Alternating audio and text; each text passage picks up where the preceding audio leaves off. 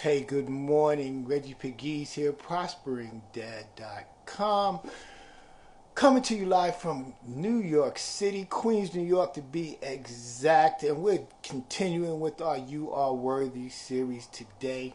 As you can see, we're going to talk about, I got a question. Realistically, I have a question for you. And what I want to ask you is, what are you focused on? But before we dive into this content, as always, if you're watching me on YouTube, this started off as a Facebook Live. So as people come on, comment and let me know where you're watching from so I can say good morning and acknowledge you. And if you're on the YouTube side, just indulge me as I acknowledge people in real time. Good morning, Ana Sanchez. Good morning. Thank you for joining. So as you can see in the title, we're going to talk about what are you focused on? What are you focused on? And I always like to use this example. If you ever bought a car, or let's bring it more closer to home. Everybody's into iPhones or Samsung phones or whatever it is, right? So you remember when you made that decision that you wanted to get a new phone? And you took the time to did some research and you looked at the model of the phone and what kind of cover you wanted to have and all these different things. And did you find it amazing that the moment that you focused on the particular item and you made a decision on the particular item, be it a car or a phone, all of a sudden you started seeing it everywhere? Our mind is so amazing. The thing that we focus on is the thing that we see. When we focus on it, it's like magic. All of a sudden it appears. In my case, when I bought my first car, I knew the type of car I wanted. I wanted a Mercedes, a 450. I wanted to have a sunroof, and I wanted to have a certain, wheels, rims, and all these different things. And up until the point that I made a decision and focused on the exact type car that I wanted to have, miraculously, all of a sudden, everywhere I look, I saw the car. So the thing that we are focused on, is the thing that we see. So you might be saying, Reggie, how do we tie this together? We do this in our lives each and every day. There are things that we focus on. In most cases, many people focus on lack, sadness, sickness. And when you focus on those things, as we just proved, those are the things that you see. You begin to see lack everywhere around you. You begin to see sickness everywhere around you. You begin to see, if you focus on negativity, you begin to see negativity all around you. But you can turn that around. You can actually turn that around. And you can focus on positive things. You can focus on happiness. You can focus on accomplishing goals. You can focus on things that will bring you joy into your life. You have to see it. You have to see it. Now, one of the things that I learned through dealing with my coaches and my mentors is the power and the things that I read, like Think and Grow Rich or the Success Principles or self-development books that help to uplift you, or listening to someone like, Eric Thomas, the hip hop preacher, or Les Brown, or whatever it is, Tony Robbins. I'm not a real big fan of Tony Robbins, but Tony Robbins, or in business, somebody for me like Eric Worre, or my coach Lisa Torres Allen, or my money mentor Myron Golden. You can get and you can learn from anybody. You can learn from everyday people in your life, but it's what you're focused on.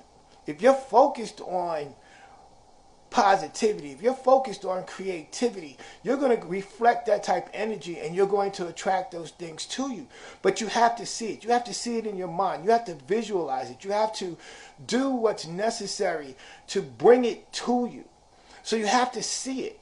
You have to see it in your mind and you work on it. Now, this is a skill, and it takes time because we're trained, so easily to focus on the negative as opposed to focusing on the positive. But you have the power. You're worthy, and you have the power and the ability to see it. You have to see it within yourself. You have to see it within your mind. One of the things that I had to learn to do is, I had to stop questioning everything. You know, I had to realize if I wanted to get to a certain place in life, if I wanted to achieve certain things, if I wanted to have certain things within my life, that it was better for me to model someone who was doing exactly what I wanted to do, and learn what it is that they read, learn what it is that what did they do, how did they conduct themselves, what habits that they had, and model those habits. It just makes sense if you're trying to if you're trying to become, in my case, if you're creating wealth, then it makes more sense for me to associate and focus on being wealthy as opposed to, hey, good morning, Nettie, good morning, so good to see you. It makes more sense for me to associate with people who are doing what I want to do as opposed to being associated with people who are not doing it. Meaning that it's not that you have to be antisocial, but you have to really be clear about what it is that you're trying to achieve in your life. And you're going to have to make some tough decisions. There are going to be some people that you're going to have to probably cut out of your circle. There are going to be some habits that you're going to have to change.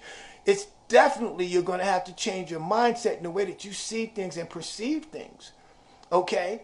And I say this quite often.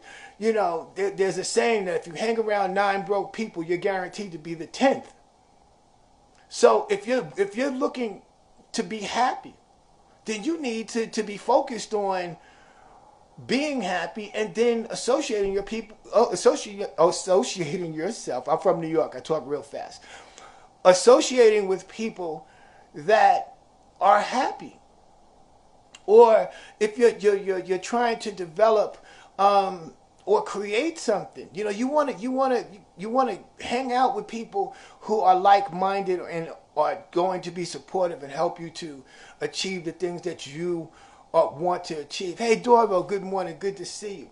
So, like I said, the second thing, you have to visualize it. Visualization is so very important.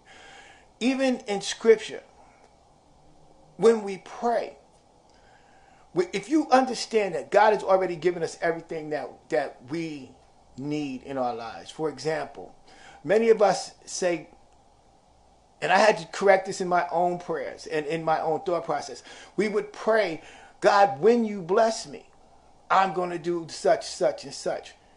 But God has already blessed us. We are already blessed. And, if you study, I'm not going to go into it here, but if you study the Word, it shows you time and time again that we are blessed. But what happens is we don't believe that we're blessed. We don't believe that we're in possession of what it takes. We don't believe that we have what it takes to be successful. We don't believe that we deserve to have the things that we want to have. So when you work from that premise that you already know that you're blessed, that you already know that you're prosperous, that you already know that you're healthy, when you work from that mindset, then your mind can operate from a whole different place. Hey, good morning, Ryan. Good to see you.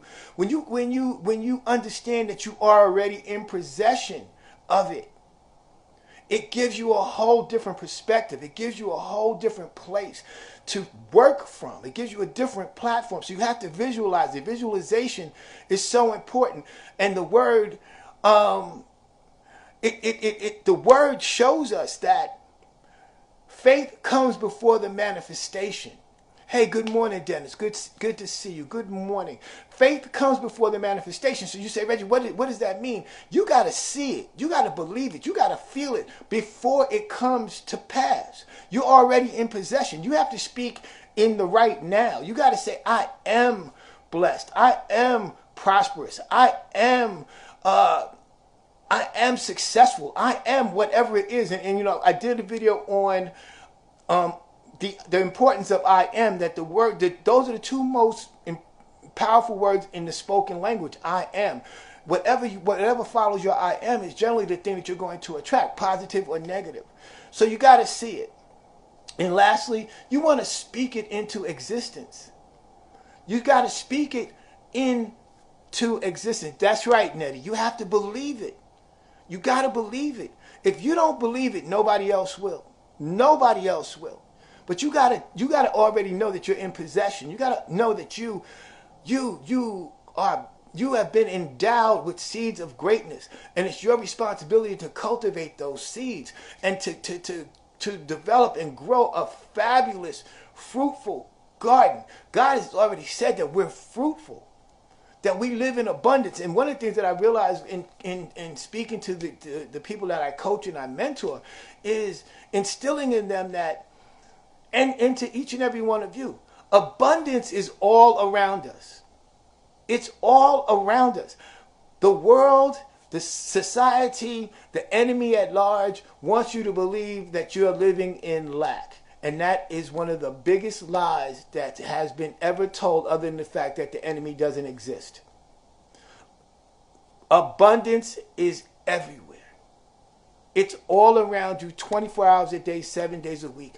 All you have to do is believe, like Nettie says, you have to believe that it exists. You have to believe that it's possible. You have to believe that you are worthy. You have to believe that it's for you. You were designed for greatness. Regardless of where you find yourself right now, whatever your health situation may be, whatever your financial situation may be, you can turn it around the moment that you believe you are worthy. So as we recap, again, what you focus on is what is going to come about in your life. That's the thing that's going to come to pass in your life. The thing that you focus on. If you focus on sickness, that's what you're going to get. That's what you're going to get. If you focus on positivity, that's what you're going to get. If you're going to focus on prosperity, that's what you're going to get. If you focus on happiness, that's what you're going to get. So what are you focused on? Take time today to ask yourself that question. What am I focused on? After you've done that, you got to see it in your mind. Find a quiet place, at least, to start out. Find 10 minutes a day where you can be quiet, close your eyes, and just see what it is. And begin to focus on that. And after you've done that, speak it into existence. Speak it out loud. Give it power by your words. So as always, go over to my YouTube channel, Hollis, Hollis 205, and like this video today or any video that you watch over on my channel. If you're not a subscriber, please do so. Subscribe there so you can, whenever I post a video, you'll know when it comes on. Like and share this video. Hit the notification button here so you know when I come on. Like and share this video because someone needs this word today. And I want you guys to always remember each and every day that you are worthy. You're worthy to have the life that you desire, the outcomes that you desire, and whatever it is that you want in your life each and every day. But you have to understand that you're worthy. So as always, may God continue to bless you. And I will talk to you tomorrow.